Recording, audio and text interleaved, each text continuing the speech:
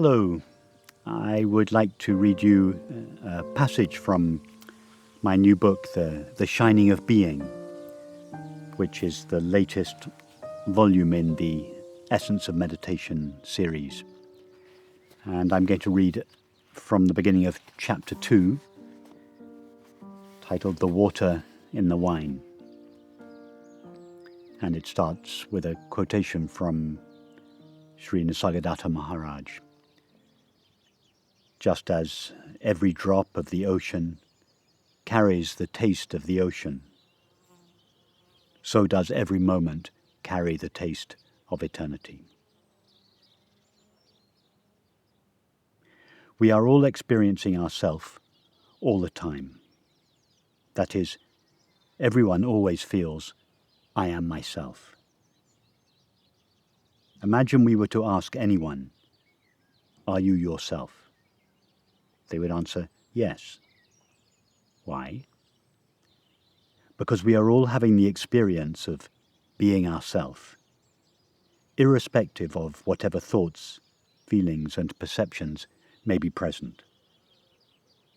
What is this essential experience of ourself? The experience of ourself is not the experience of a thought. It is not a feeling, a sensation, or a perception. It is not an activity or a relationship. It is just the experience of being. Everyone is experiencing their self, their being, in all places and at all times without exception. Simply being is the most obvious, intimate, and familiar experience there is. We refer to the fact of simply being when we say, I am. At any moment of experience, we can all say with absolute certainty, I am. Not only do we experience ourselves all the time, we feel that we are essentially the same self throughout our entire lives. We feel that the self we are now is the same self we were this morning, 10 months ago, 10 years ago, or when we were 10 days old. Our bodies and minds have changed innumerable times over the last years. But our essential self has remained the same. The experience of being is a continuous thread that runs throughout our entire lives. In fact, it is the only continuous element of experience. The content of experience consists of thoughts, feelings, sensations, and perceptions. None of these are continuous. They are all intermittent. They begin and end. But the I am remains consistently present. If our life were likened to a necklace, all our changing experiences would be the colourful beads, and the I am would be the invisible thread on which they are strung. The beads are many and varied: thoughts, feelings, sensations, perceptions, activities, relationships, and so on. But they are all strung on a single thread, I am. Without the thread, there would be no necklace. The I am is the thread that holds all experience together. It is the golden thread of being on which our colourful experiences are strung. All experience consists of two elements: one, changeless and ever-present; the other, changing and temporal. When we describe ourselves, we say, I am lonely, I am hungry, I am reading a book, and so on. It is always the same I am, qualified by a temporary feeling, sensation, activity, and so on. While the content of experience is always changing, the experience I am remains the same. There is no break in the golden thread of I am. We start each sentence with I am, because our self lies at the heart of and pervades all experience. Our being is the changeless element in all changing experience. Our feelings, sensations, and activities are always changing. None of these experiences are essential to us. They are added to us and removed from us. But being shines throughout. Just as none of the beads on the necklace are essential to it, so no experience is essential to ourself.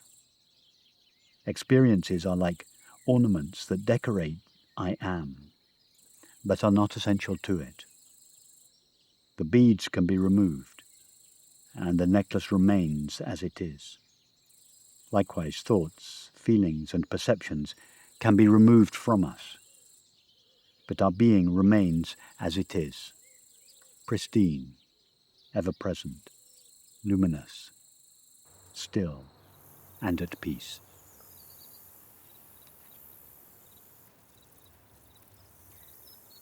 If peace and happiness are the very nature of our being, and we are always experiencing our being, then why don't we experience peace and happiness all the time?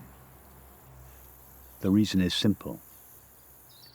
Whilst we are always experiencing our being, we don't always experience our being clearly, as it essentially is. Our being is entangled with the content of experience. When we drink tea, coffee, or wine, we are mostly drinking water. But we don't realize we are drinking water, as the water is mixed with various flavors, sweet or bitter. It is the same with our self or being.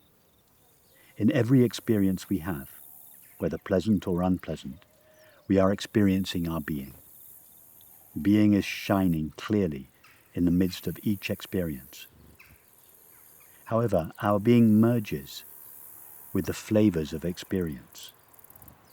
Just as water that is infused with apples, grapes, or tea seems to acquire their flavors, so our being, when mixed with the qualities of experience, seems to acquire their characteristics. If water is mixed with chocolate, it tastes of chocolate. If water is mixed with tea, it tastes of tea. Likewise, if our being is mixed with the agitation of our thoughts, we feel, I am agitated. The pure I am becomes, I am agitated. If our being is mixed with sadness or loneliness, the pure I am becomes, I am sad or I am lonely. In this way, our being is mixed with the content of experience and no longer tastes itself as it truly is. That is, we become absorbed in the content of experience and, as a result, temporarily lose touch with our innate peace and quiet joy. Meditation or prayer is to recognize the nature of our being before it is mixed with or qualified by experience, and simply to abide as that. It is to taste the water instead of tasting the wine. In all these drinks, tea, coffee, orange juice, and so on, the water is the thirst-quenching element. Likewise, our being is the thirst-quenching element in all experience. That is, our being is the only element of experience that can truly satisfy our longing for peace and happiness. As the poet John O'Donoghue said, "There is a place in you where you have never been wounded." He was referring to our essential self, pure being. Being is our refuge. It is the place of peace. It is the experience that gives us the peace and quiet joy for which we long. No experience, however refined or spiritual, can never truly satisfy our thirst for peace and happiness. It is only the knowledge of our essential self that has this thirst-quenching power. No object, activity, circumstance, or relationship can give us what we truly long for, which is only our being. No teacher or teaching can give us the peace and happiness that are the nature of ourself. Nor need they, because we already are that. To expect someone or something other than ourself to provide us with the peace and happiness for which we long is to set ourselves up for disappointment and failure. Nothing and no one can make us happy. Peace and happiness are the nature of our being, and we are that.